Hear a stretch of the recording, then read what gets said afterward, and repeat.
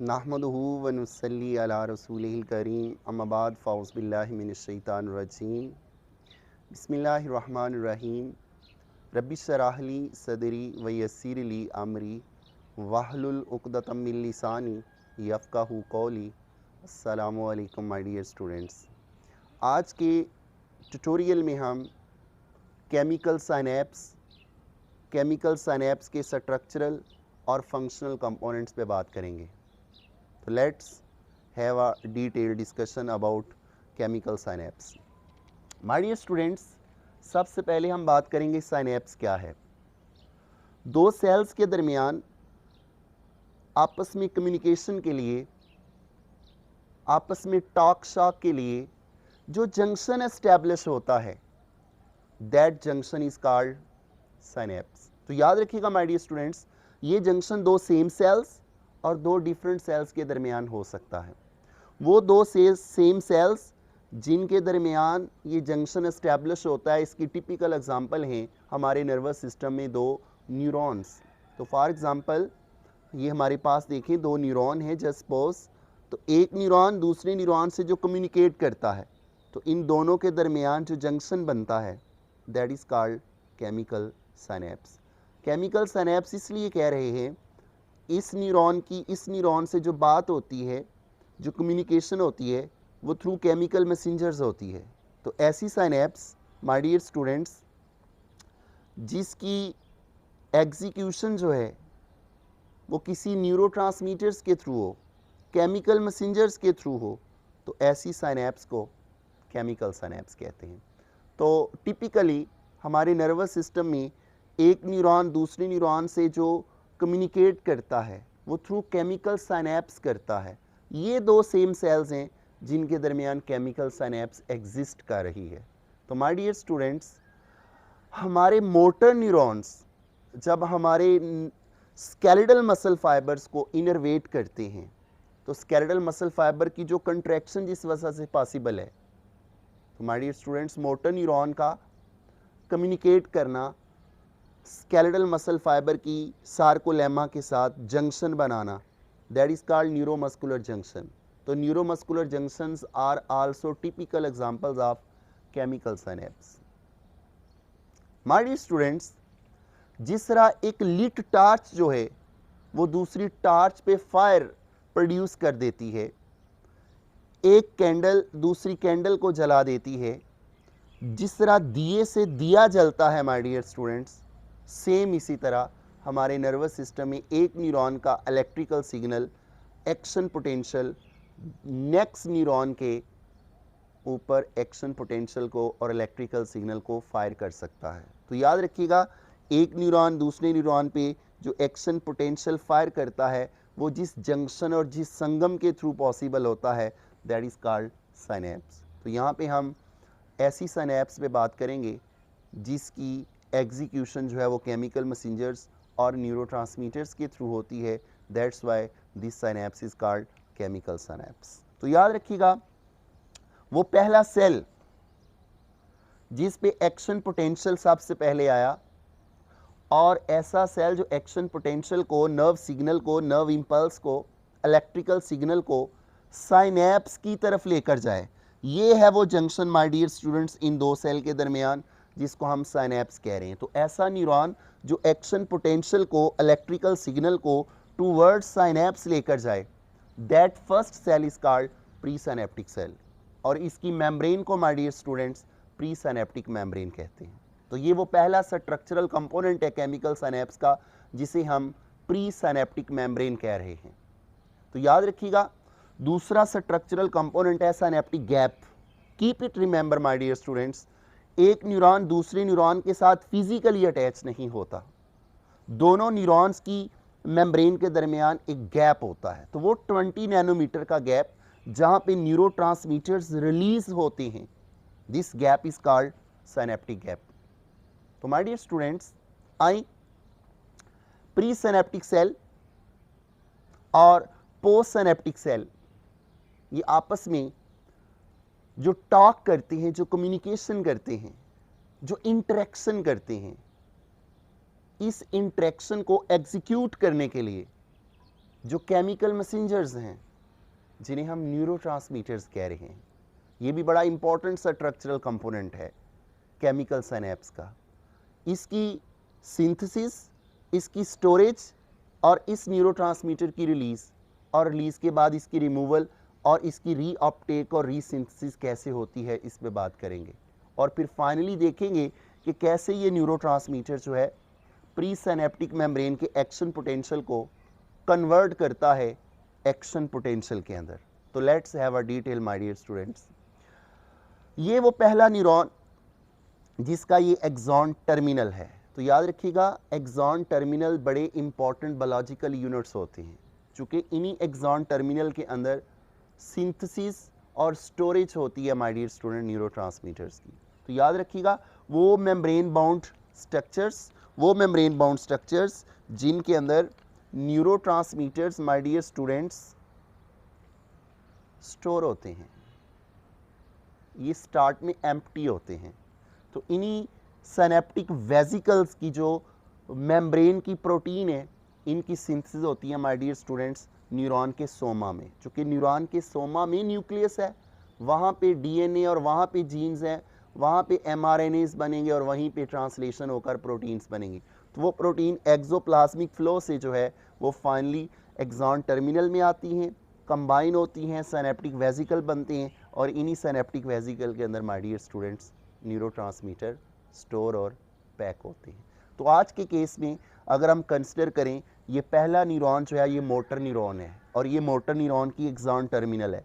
और जो next cell है, याद रखिएगा इस साइनेप्स में, साइनेप्स का जो नेक्स्ट सेल होता है, जो टारगेट सेल होता है, वो एक न्यूरॉन भी हो सकता है, वो एक स्केलेटल मसल फाइबर हो सकता है माय डियर स्टूडेंट्स, वो एक ग्लैंडुलर सेल हो सकता है। तो just suppose for a while यहाँ पे इस केस में हमारे पास ये एक हमारा मोटर न्यूरॉन है, ये उसका एक्सॉन टर्मिनल है, ये एक्सॉन एंडिंग है, एक्सॉन बल्ब है और इसने यहाँ पे न्यूरोट्रांसमीटर रिलीज करके ये नेक्स्ट सेल फर्ज करें हमारे पास ये स्केलेटल मसल फाइबर है जहाँ पे एक्शन पोटेंशियल फायर करवाना है हमने।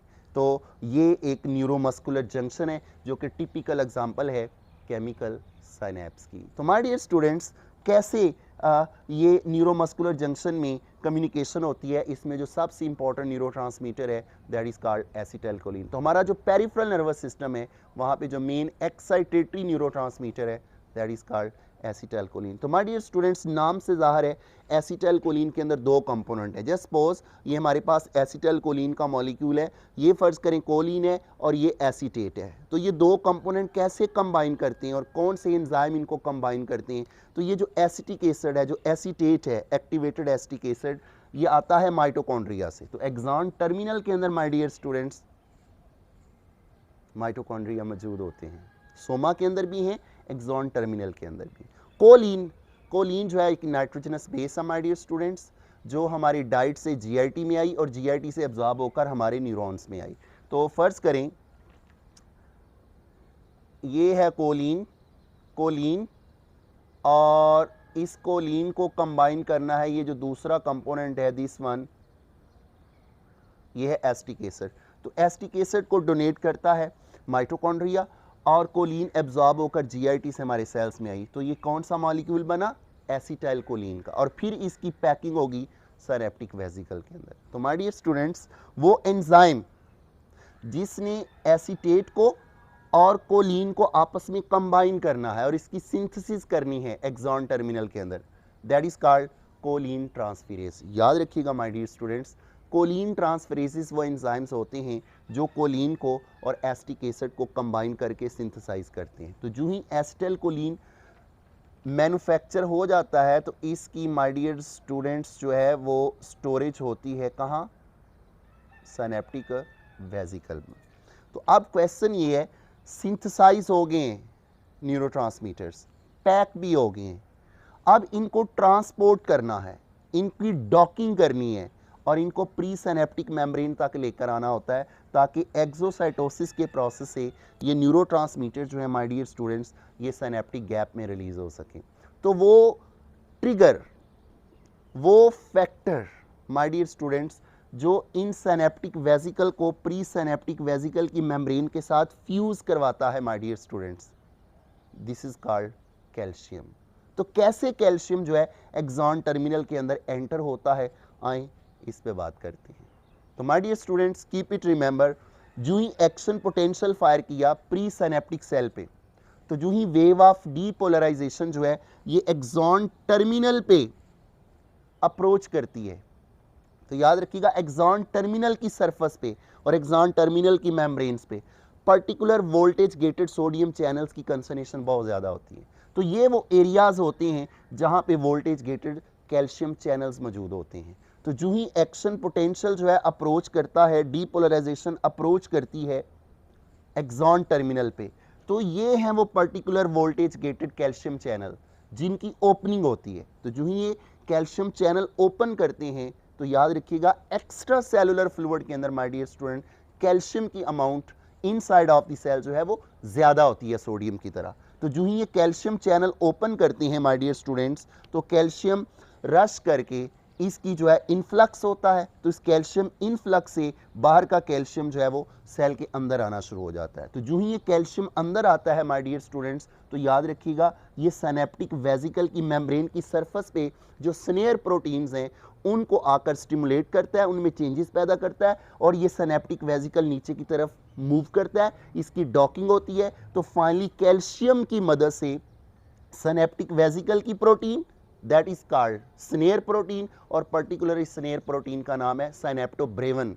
तो my dear student synaptobrevin pre synaptic membrane की स्नेयर प्रोटीन के साथ लॉक कर रही है, फ्यूज कर रही है, जिसका नाम है सिंटैक्सन। तो ये सिंटैक्सन और साइनेप्टोब्रेवन प्रोटीन जो कि स्नेयर प्रोटीन्स हैं ये आपस में लॉक्ड और फ्यूज होती हैं through the action of calcium. तो कैल्शियम वो आइंस होते हैं जो इन प्रोटीन को आपस में कंबाइन करते हैं। तो याद रखिएगा जो ही डॉकिंग के दौरान सिनेप्टिक वेसिकल की सिनेप्टोब्रेवन और syntaxin of the pre synaptic membrane आपस में लॉक और हुक हो जाती हैं, तो फाइनली सिनेप्टिक मेम्ब्रेन और प्री सिनेप्टिक मेम्ब्रेन के जो लिपिड बाइलेयर्स होते हैं माय डियर स्टूडेंट्स वो आपस में फ्यूज करते हैं और एक्सोसाइटोसिस के जरिए जो है यहाँ से एक गैप क्रिएट होता है और ये एसिटाइलकोलिन के मॉलिक्यूल याद रखिएगा my dear students synaptic gap के अंदर रिलीज हो जाते हैं। तो जो ही सिनेप्टिक गैप के अंदर ये मॉलिक्यूल रिलीज होते हैं तो फर्दर ये अपने टारगेट सेल की जो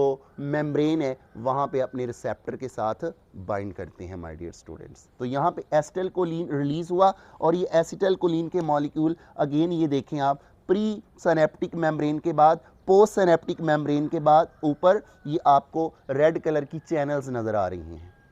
वो चैनल्स जिनको ओपन करने में कोई केमिकल इन्वॉल्व होता है, these are called ligand gated channels. और यहाँ पे जो लाइगेंड गेटेड सोडियम चैनल्स हैं ये हैं सोडियम चैनल जिनको हम ओपन करवाने जा रहे हैं थ्रू दीज न्यूरोट्रांसमीटर्स। तो याद रखिएगा एसिटाइलकोलिन के मॉलिक्यूल्स जो ही रिलीज हुए सिनेप्टिक गैप में ये इन सोडियम चैनल की पॉकेट्स के साथ जाकर अपने रिसेप्टर के साथ जाकर बाइंड कर गए। यही वजह है इन रिसेप्टर्स को हम कोलिनर्जिक रिसेप्टर्स कहते हैं और इनको निकोटीनिक रिसेप्टर्स भी कहते हैं, इनको मुस्करीनिक रिसेप्टर्स भी कहा जाता है। तो माय डियर स्टूडेंट्स एसिटाइलकोलिन अपनी पॉकेट के साथ अपने रिसेप्टर के साथ जो ही जाकर बाइंड होता है तो इस सोडियम चैनल के अंदर कन्फर्मेशनल चेंजेस पैदा करता है और ये कन्फर्मेशनल चेंजेस जो है सोडियम चैनल को ओपन कर देती हैं। You know very well sodium की अमाउंट बाहर जो है वो ज़्यादा है और इनसाइड ऑफ द सेल जो है वो कम है। तो वो सोडियम जो बाहर ज़्यादा था वो रश करके जो है माय डियर स्टूडेंट्स वो अंदर आना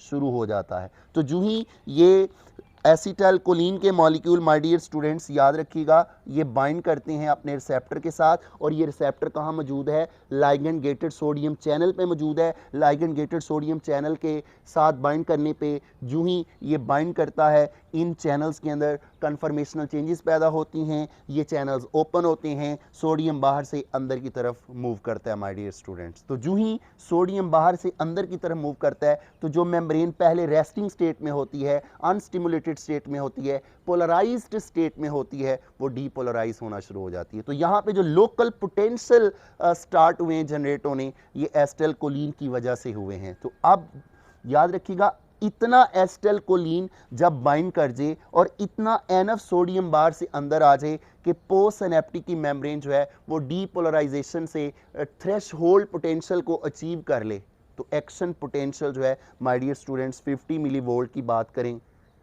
तो इस पे भी जनरेट हो जाता है। वो पोटेंशियल जो पहले यहाँ पे था 50 मिली वोल्ट, वो अब हमने नेक्स्ट न्यूरॉन पे जनरेट करवाया है, और ये डायरेक्ट जनरेट नहीं हुआ इलेक्ट्रिकल साइनेप्सिस की तरह। ये माय डियर स्टूडेंट्स, ये न्यूरोट्रांसमीटर्स और केमिकल मैसेंजर्स के थ्रू हुआ है।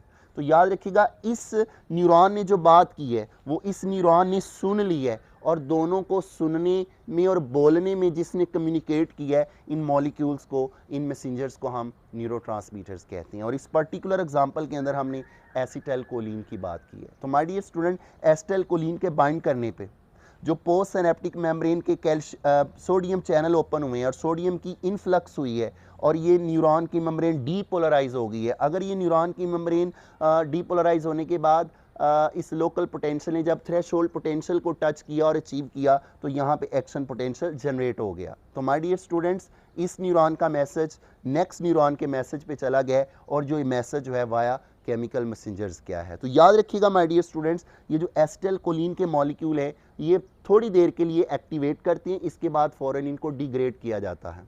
तो वो एंजाइम्स माय डियर स्टूडेंट्स जो इन न्यूरोट्रांसमीटर के मॉलिक्यूल्स को अगेन इस एसिटाइलकोलिन को कोलिन और एसिटिक एसिड में कन्वर्ट करते हैं, वो इस सिनेप्टिक फ्लूइड के अंदर भी मौजूद हैं, सिनेप्टिक गैम में, और ये पोस्ट सिनेप्टिक मेम्ब्रेन के साथ भी एंजाइम एम्बेडेड होते हैं। तो वो एंजाइम जो एसिटाइलकोलिन को डिग्रेड करता है, that is called acetyl transferase, acetylcholinesterase, I beg a pardon. वो एंजाइम जो एसिटाइलकोलिन को दोबारा एसिटिक एसिड में, एसीटेट में और कोलिन कंपोनेंट में तोड़ता है, that is called acetyl choline transferase, acetylcholinesterase. Acetylcholinesterase वो एंजाइम है माय डियर स्टूडेंट्स जो कोलिन को और एसिटिक एसिड को अलहदा करता है एसिटाइलकोलिन के मॉल। तो एसिटाइलकोलिन का मॉलिक्यूल क्लीव होकर डिग्रेड होकर अगेन कोलिन और एसिटिक एसिड, ये कोलिन वापस अपटेक हो जाती है। वो प्रोटीन्स जो प्री सिनेप्टिक मेम्ब्रेन पे मौजूद हैं जो कोलिन को अपटेक करती हैं, कोलिन ट्रांसपोर्टर्स होती हैं, जो वापस कोलिन को प्री सिनेप्टिक सेल में लेकर आती हैं। और जो एसिटिक एसिड है ये सिनेप्टिक गैप के थ्रू डिफरेंट सेल्स में चला जाता है, किसी भी सेल में ये जा सकता है। तो कोलिन वापस आकर अगेन एसिटिक एसिड के साथ माइटोकॉन्ड्रिया ने जो डोनेट करना है, इस कोलिन ट्रांसफेरेज एंजाइम की मदद से दोबारा सिंथेसाइज होती है, रीसिंथेसिस होती है, और वो पैक हो जाती है। इसके लिए जो है इस सिंथेसिस ऑफ एसिटाइलकोलिन का रेट नॉर्मल और नेचुरल तरीके से जो एसिटाइलकोलिन बनी है उससे कहीं ज़्यादा होता है। तो ये थी सिंथेसिस एसिटाइलकोलिन की, उसकी पैकिंग और उसकी रिलीज़ और उसकी रिमूवल और उसकी रीअपटेक, और कैसे एसिटाइलकोलिन ने न्यूरोमस्कुलर जंक्शन में पोस्ट सिनेप्टिक मेम्ब्रेन पे न्यूरोमस्कुलर जंक्शन में हमारे मसल की सेल की मेम्ब्रेन पे कैसे एक्शन पोटेंशियल फायर किया। तो याद रखिएगा माय डियर स्टूडेंट्स, ऐसे न्यूरोट्रांसमीटर्स जो प्री सिनेप्टिक सेल से रिलीज़ हुए और पोस्ट सिनेप्टिक सेल पे जाकर एक्साइटेशन की और एक्शन पोटेंशियल क्रिएट करवाया और जनरेट करवाया, ऐसे न्यूरोट्रांसमीटर्स को एक्साइटेटरी न्यूरोट्रांसमीटर्स कहते हैं, जिसमें टिपिकल एग्जांपल न्यूरोमस्कुलर जंक्शन में कौन है, एसिटाइलकोलिन माय डियर स्टूडेंट्स। इस तरह हम नर्वस सिस्टम की बात करें, सेंट्रल नर्वस सिस्टम में, तो उसमें ग्लूटामेट है, तो याद रखिएगा। इसी तरह माय डियर स्टूडेंट सीरोटिनिन है, इस तरह माय डियर स्टूडेंट डोपामीन है। याद रखिएगा वो न्यूरोट्रांसमीटर जो प्री सिनेप्टिक सेल से रिलीज हों और पोस्ट सिनेप्टिक सेल्स को जाकर इनहिबिट कर दें। I mean to say that potassium channels को जाकर चेंज करें और पोटाशियम लीक होकर न्यूरॉन की मेम्ब्रेन जो है वो हाइपरपोलराइज हो जाए, या फिर वो क्लोराइड के चैनल्स को माय डियर स्टूडेंट्स क्लोराइड की मूवमेंट का बाइस बने, और क्लोराइड के बाहर से अंदर आने से भी न्यूरॉन की मेम्ब्रेन हाइपरपोलराइज हो जाती है। तो ऐसे न्यूरोट्रांसमीटर याद रखिएगा माय डियर स्टूडेंट जो पोस्ट सिनेप्टिक मेम्ब्रेन को डीपोलराइज करके एक्शन पोटेंशियल जनरेट करवा दें, दीज आर कॉल्ड एक्साइटेटरी। और वो न्यूरोट्रांसमीटर जो पोस्ट सिनेप्टिक मेम्ब्रेन को हाइपरपोलराइज करके इनहिबिट कर दें, एक्शन पोटेंशियल को रोक दें, ऐसे न्यूरोट्रांसमीटर को इनहिबिटरी न्यूरोट्रांसमीटर कहते हैं, जिसमें टिपिकल एग्जांपल जो है वो गाबा है, जिसमें typical example glycine amino acid है। तो माय डियर स्टूडेंट, नॉरएपिनेफ्रिन ऐसा न्यूरोट्रांसमीटर होता है जो एक्साइटेटरी भी होता है और इनहिबिटरी भी होता है। तो माय डियर स्टूडेंट, कुछ सिनेप्सिस में नॉरएपिनेफ्रिन एक्साइटेटरी न्यूरोट्रांसमीटर का रोल प्ले करता है और कुछ सिनेप्सिस में ये इनहिबिटरी रोल प्ले करता है। तो it's all about the structural and functional components of chemical synapse. Take care, Allah हाफिज़।